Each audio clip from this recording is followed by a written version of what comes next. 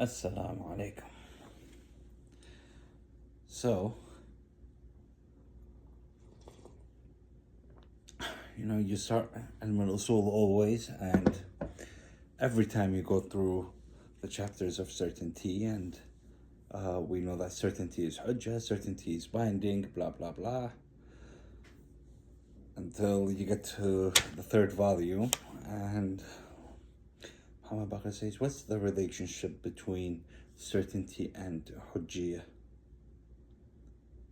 What's the relationship between you being certain of something and it becoming munajjis and mu'adhar? And he tells you casually that there is no relationship, and certainty does not inherently provide hujjiyah in the usuli sense.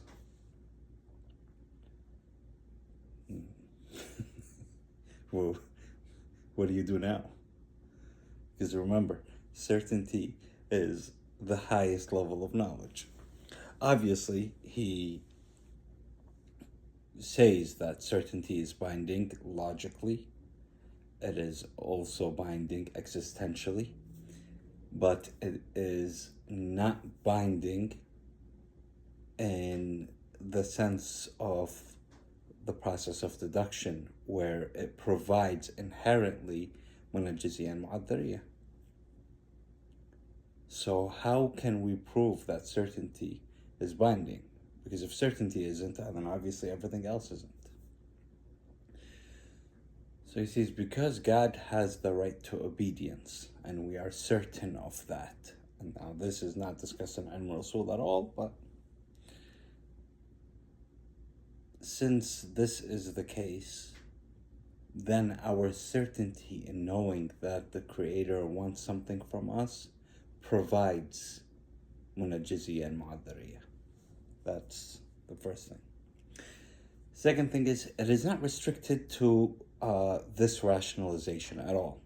This is Muhammad Baqir Sadr's rationalization, which goes to tell you why the other subjects in Islam are also very important to study. And also tells you the type of person Muhammad Baqir Sadr is. You see, when, and this is to stir the pot, but you could rationalize it another way. Let's say, for example, God is the creator, and he is capable of punishing and capable of rewarding. And we have no Muslim doubts the capability of Allah subhanahu wa ta'ala in this. So when you know that he is going, or he wants something from you, you have certainty that he wants you to pray Fajr prayers, for example, and you know that he is capable of punishing you, what would you do? Especially if you're capable of praying, so you don't literally have an excuse. This sense of, for example, studying Ilm al-Kalam, or studying even Arfan, getting to know Allah subhanahu wa ta'ala, also shows in your flavor of fiqh what I'm trying to say.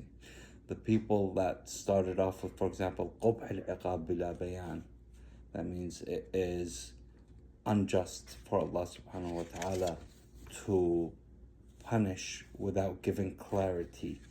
They have a certain vision of how they look at the Creator, and they make these conclusions. They get certainty about these conclusions, and then they make it munajjis and mu'adhar.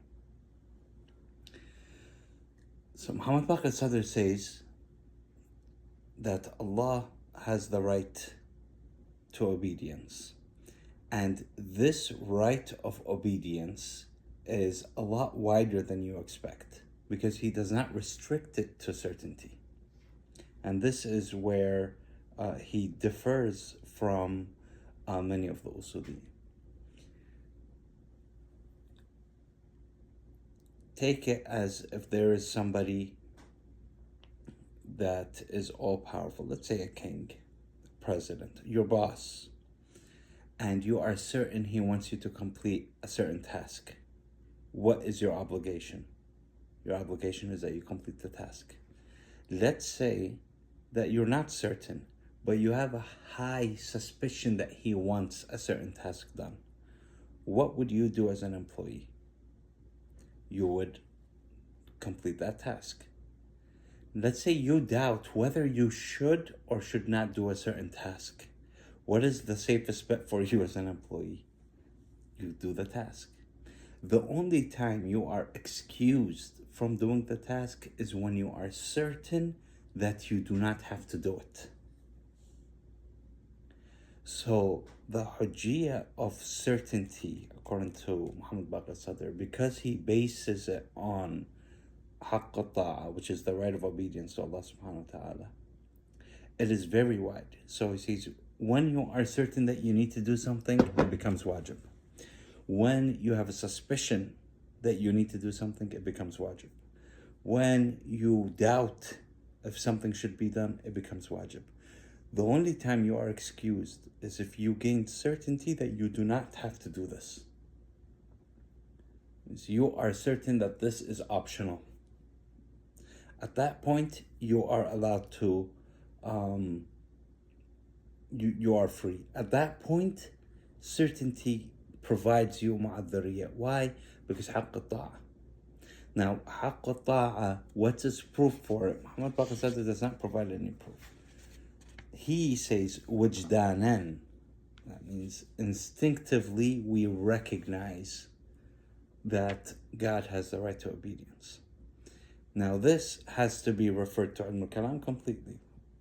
That does Allah subhanahu wa ta'ala have the right to obedience? What is the proof that Allah subhanahu wa ta'ala has the right to obedience? Are there any other ways around it outside of haqq al-ta'a and qubh al-iqab bila bayan? So the door is very open. And this is why it is better for an usuli, even though it might take longer, but to lay out their ideological principles, their philosophical principles, their logical principles, and then they go into ilm al-usul. With Muhammad Baqir Sadr, for example, yes, you could reverse engineer the viewpoints. Like, you could tell that Muhammad Baqir Sadr, for example, is a man of God for sure. Looks at Allah subhanahu wa ta'ala in a very arfani point of view. Like, to come up with this view of haqq al-ta'a,